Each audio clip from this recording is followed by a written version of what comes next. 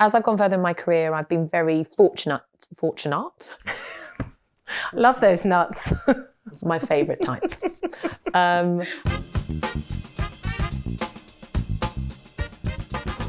Jessica Tamsedge, UK CEO of Dentsu Creative. Did I get it right?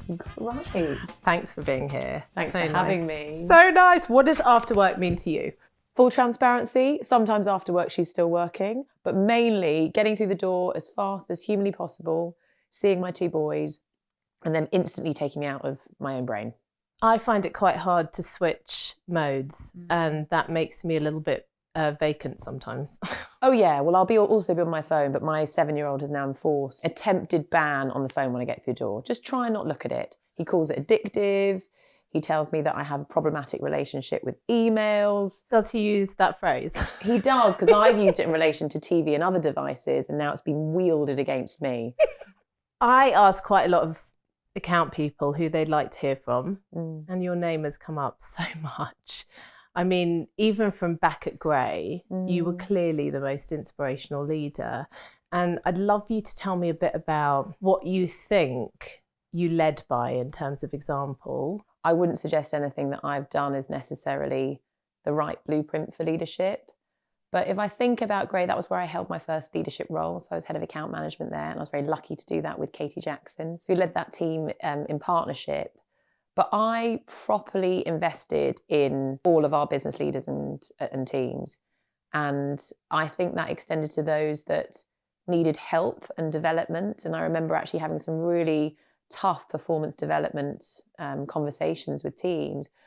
And I've definitely had that played back to me since. So there are some leaders who are now fantastic leaders in the industry who've been in touch to say, giving me that focus and giving me that time at a point where I hadn't quite worked out what my own leadership style looked like, gave me the confidence for that next chapter. When you are head of account management, you're often running a huge piece of 1 or 2 or 3 pieces of business at the same time. How do you find time for everybody? I mean, we always found the time. We were lucky because we did it in partnership. So Katie and I would never say, no, we can't take this conversation. You know, there are ways of managing your time such that you don't have to say no to a person, you know, reaching out. It's just a crap feeling, isn't it? Yeah. I don't have time for you. It's a weird thing to say. I was always very lucky with the leaders that I have. I actually can't remember a leader who made me feel like they didn't have time for me in some sense. And that always gave me a sense of comfort, security, got my back factor. And so I've sort of extended that to those I've worked with. But I think as you get busier and as you are looking after more people, there's a degree of objectivity which helps as well, which is, you know, the business needs certain things out of us at any given moment. Is it in relation to that? Let's find time. Is it relation to you? Who's the best person to serve and support you? And so I think it takes some of the personal out of it and means that everyone still gets that conversation. You have often been praised for rising through the ranks quickly or becoming a young CEO. How do you react to that? Do you find it patronising at all? To be honest, I haven't had that so much as a CEO. I had it, coming through the ranks as a business director, managing partner, because sometimes those expanded roles or opportunities came in relatively quick succession. And also because I feel pretty comfortable about the fact that I know my strengths, I know my limitations, and I also know the limitations of my own experience.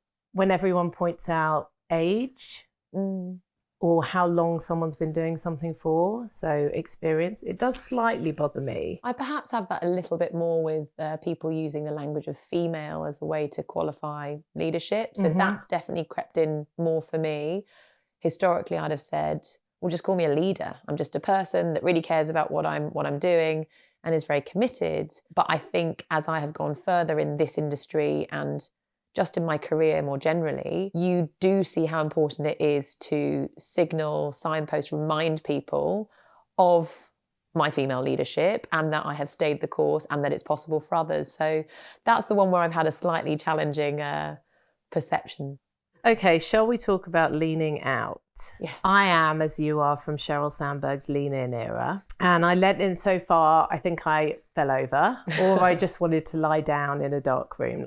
So you've said we're at risk of trying to do all of it, too much all the time. Couldn't agree more.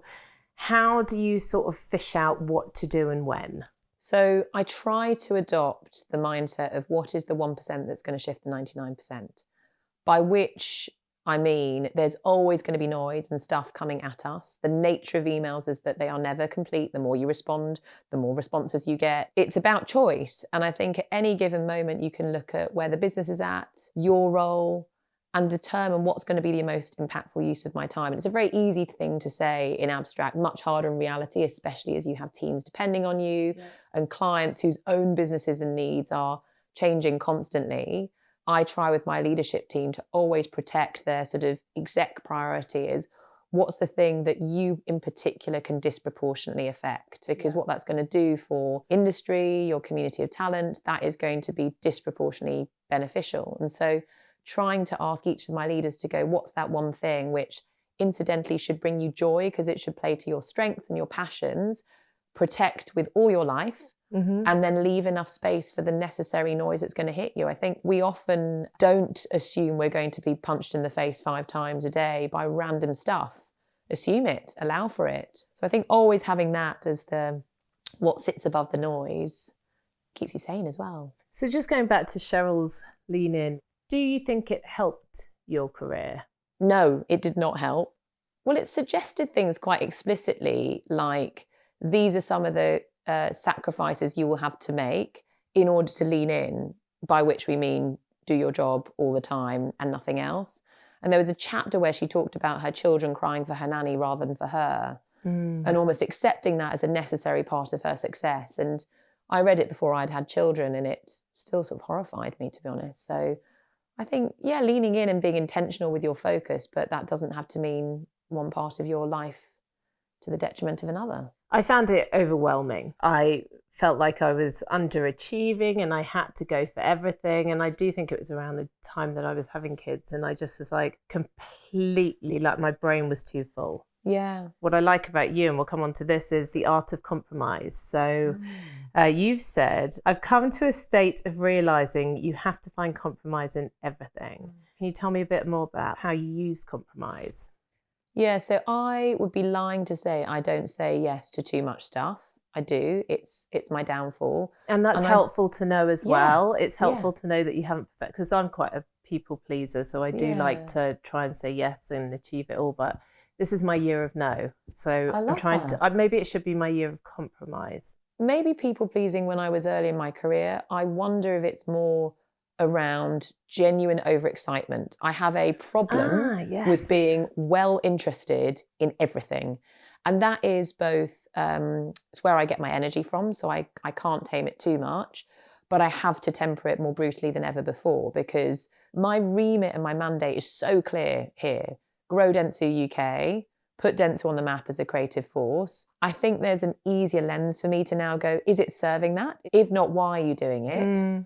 And that's okay if it's just like a small pocket of Jessica's incredibly excited and wants to learn, but sort of know and label that rather than kidding yourself it's one of the many things you have to do. It gets to a point where you are fortunate enough to be invited into lots of different communities and networks and forums. And it's amazing because you meet wonderful brains and brilliant collaborators. And I think I've had to get really clear on what I want out of that for myself and for the business. I think I've made a concerted effort to spend more time with the industry bodies, so the Advertising Standards Authority, the Advertising Association, and the closer I can get to feeling like policy, shaping conversation in the industry and how brands show up, I feel like that is always a really brilliant use of my time, and I'm learning. That has come at the cost of some of the networks and communities where I would love to be more of the time, but I don't want to not see my kids as well. So it's always a balance for me, but I try to bring it back to,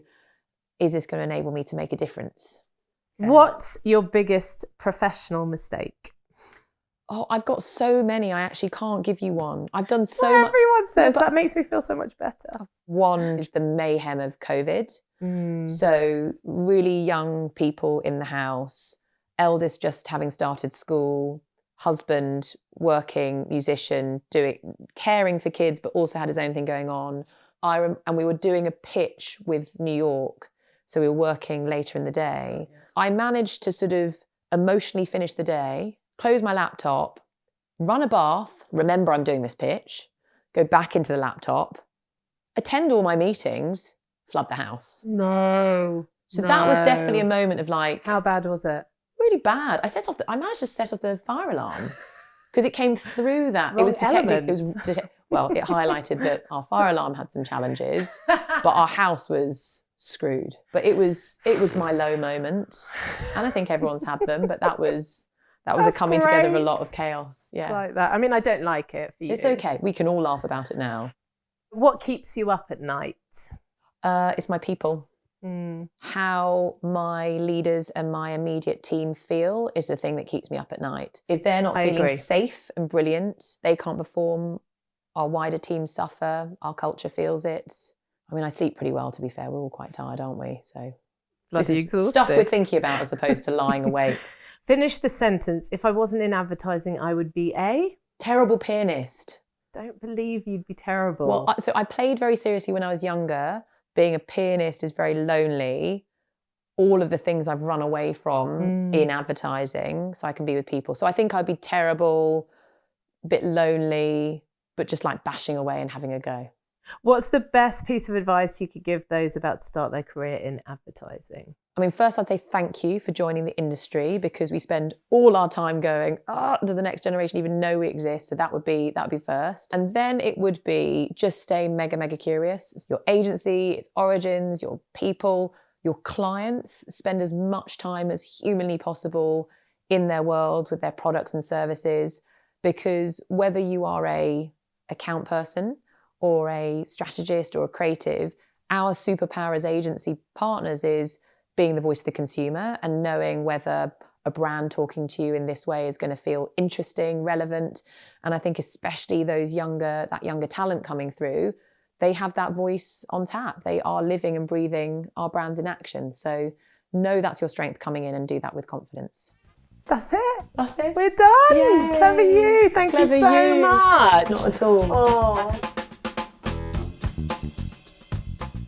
Wait, I gotta hold this back now because I'm going. I'm just gonna do a bit of this. Do you want us to open a window? So much. Yep.